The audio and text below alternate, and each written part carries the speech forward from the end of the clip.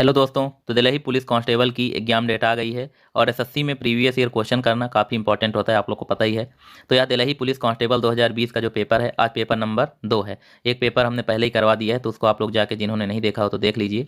तो चलिए दोस्तों, स्टार्ट करते हैं आज का सोल्यूशन। क्वेश्चन नंबर 1, अगस्त 2020 में जर्मन फुटबॉल दिग्गज बोरुसिया डॉर्टमुंड के साथ निम्नलिखित में से किस फुटबॉल क्लब ने 2 साल की साझेदारी गठित की है? तो राइट आंसर है ऑप्शन 4, हैदराबाद एफसी ने। क्वेश्चन नंबर दूसरा, जून 2020 में अंतर्राष्ट्रीय मुद्रा कोष आईएमएफ ने भारतीय अर्थव्यवस्था में कितने प्रतिशत कमी होने का अनुमान लगाया है? तो राइट आंसर है 4.50, ऑप्शन 1। क्वेश्चन नंबर तीसरा, निम्नलिखित में से कौन सी नृत्य शैली हरियाणा से संबंधित है? तो इसका राइट आंसर है ऑप्शन 1, फोक शैली, जो कि हरियाणा से संबंधित है। और इसमें दोस्तों चैती शैली जो कि उड़ीसा से संबंधित है, और आपकी बेला कली शैली जो कि केरल से संबंधित है, और वृंदावनी कहीं की शैली नहीं है। क्वेश्चन नंबर 4, अगस्त 2020 में निम्नलिखित में से किस खिलाड़ी को राजीव गांधी खेल रत्न से सम्मानित किया गया था? तो इसका राइट आंसर है ऑप्शन बी, मनिका बत्रा, जो कि टेबल टेनिस प्लेयर हैं। क्वेश्चन नंबर 5, कावेरी द्रोणी बेसिन भारतीय राज्यों तमिलनाडु, कर्नाटक और किस राज्य में स्थित है? तो इसका राइट आंसर है ऑप्शन केरल। मतलब कावेरी जो नदी है दोस्तों, वो तमिलनाडु, कर्नाटक और केरल में स्थित है।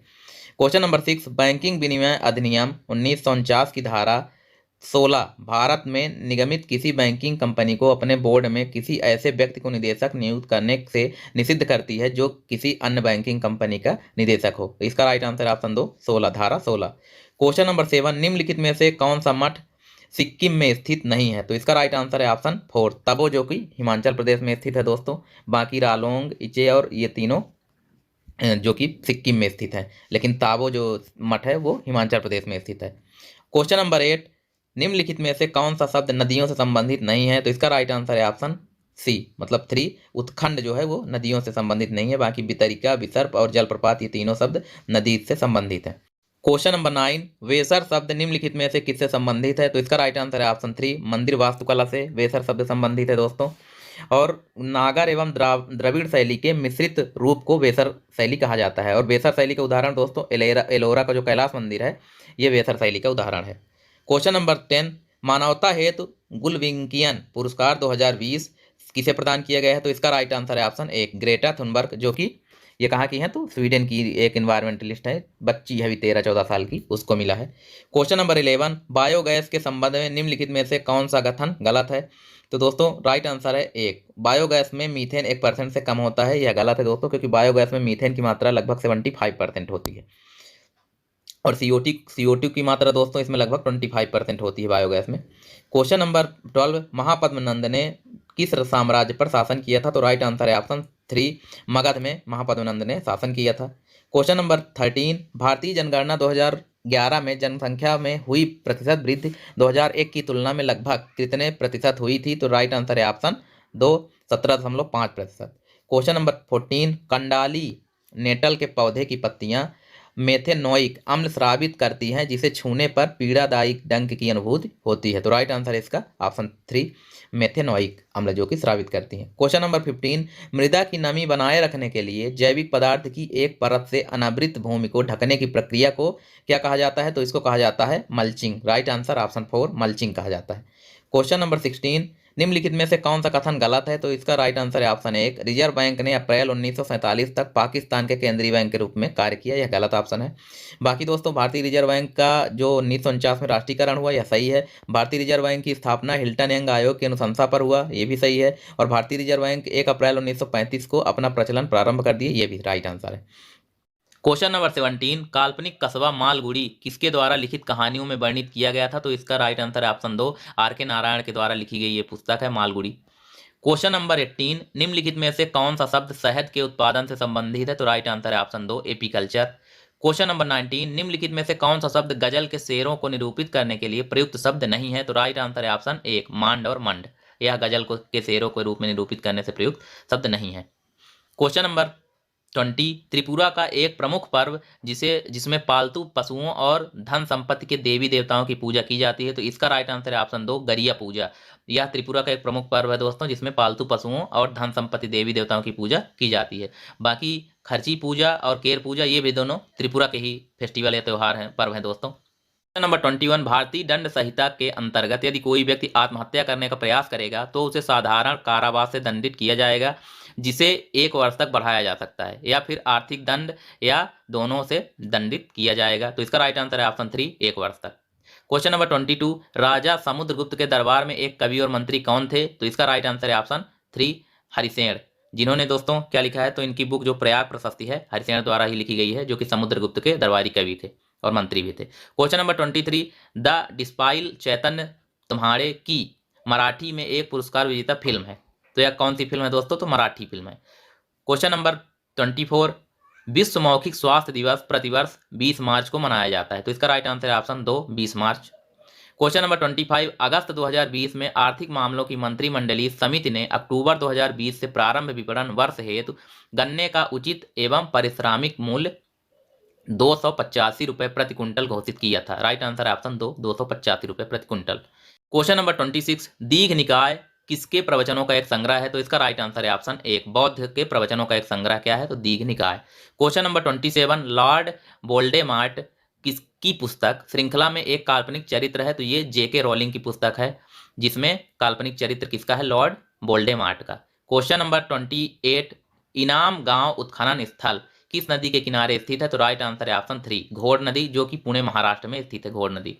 क्वेश्चन नंबर 29, मैदान के विषय में निम्नलिखित में से कौन सा कथन गलत है? तो इसका राइट आंसर है ऑप्शन 2, भारतीय गंगा का मैदान भारत का सबसे विरल जनसंख्या वाला क्षेत्र है, यह गलत ऑप्शन है। क्वेश्चन नंबर 30, 2020-21 के अनुसार कृषि लागत एवं मूल्य आयोग सीएसीपी के लिए न्यूनतम समर्थन मूल्य एमएसपी अनुशंसित नहीं करता। तो अलसी जो है दोस्तों, यह सीएसीपी और एमएसपी अनुशंसित नहीं करता है, option 2। Question number 31, which of the following falls under the secondary sector of economic activities? तो राइट आंसर है ऑप्शन 1, शुगर फैक्ट्री, जो कि सेकेंडरी सेक्टर में नहीं आता है। बाकी ट्रांसपोर्ट, बैंकिंग और वेयर हाउसिंग ये सब सेकेंडरी सेक्टर के हैं। क्वेश्चन नंबर 32, आर्थिक सर्वेक्षण में किस वर्ष आर्थिकी को भोजन की थाली से संबंधित करने के प्रयास में थालीनॉमिक्स की अवधारणा प्रस्तुत की गई थी? तो राइट आंसर है ऑप्शन 3, 2019-20 में। क्वेश्चन नंबर 33, निम्नलिखित में से कौन सा कथन गलत है? तो राइट आंसर है ऑप्शन 1, दोमट मृदा का उपयोग घट खिलौने और मूर्तियां बनाने के लिए किया जाता है, गलत है। क्वेश्चन नंबर 34, अपने पिता और बड़े भाई की मृत्यु के बाद थानेश्वर का राजा कौन बना? तो राइट आंसर है ऑप्शन 4, हर्षवर्धन, जो कि पिता और बड़े भाई दोनों की मृत्यु के बाद वहां थानेश्वर के राजा बने। और हर्षवर्धन के पिता का नाम दोस्तों क्या था? तो इनके प्रभाकर वर्धन इनके पिता का नाम था, और राजवर्धन इनके बड़े भाई का नाम था, और राजश्री इनकी बहन थी, और हर्षवर्धन की राजधानी कन्नौज थी। क्वेश्चन नंबर 35, तृतीयक उपभोक्ता खाद्य श्रृंखला में चौथा पोषी स्तर बनाते हैं? तो राइट आंसर है ऑप्शन 3, चौथा पोषी स्तर। क्वेश्चन नंबर 36, भारत की संविधान सभा में मौलिक अधिकारों, अल्पसंख्यकों एवं जनजाति व बहिष्कृत क्षेत्रों से संबंधित सलाहकार समिति के अध्यक्ष कौन थे? तो राइट आंसर है ऑप्शन 4, सरदार वल्लभ भाई पटेल इसके अध्यक्ष थे। क्वेश्चन नंबर 37, निम्नलिखित में से कौन सा पुरातात्विक स्थल गुजरात राज्य के बाहर स्थित है? तो राइट आंसर है ऑप्शन 1, राखीगढ़ी, जो कि हरियाणा में स्थित है। बाकी अमरपुरा, धौलावीरा, रंगपुर ये तीनों गुजरात राज्य में स्थित हैं।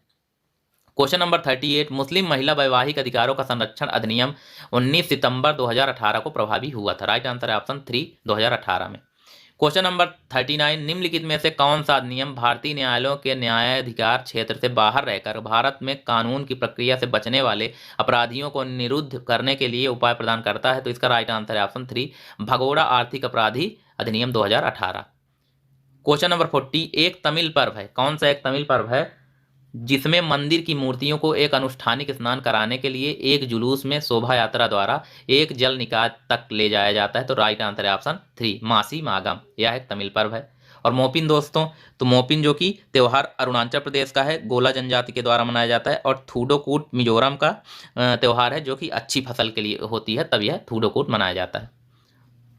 क्वेश्चन नंबर 41, केंद्रीय बजट 2020-21 में घोषित किसान रेल योजना के अंतर्गत प्रथम रेल परिवहन सेवा 7 अगस्त 2020 को प्रारंभ हुई। तो राइट आंसर ऑप्शन 1, 7 अगस्त 2020 को। क्वेश्चन नंबर 42, पाणिनि कौन थे? तो पाणिनि क्या था? तो एक विद्वान जिन्होंने संस्कृत भाषा व्याकरण तैयार किया। Right answer option 1।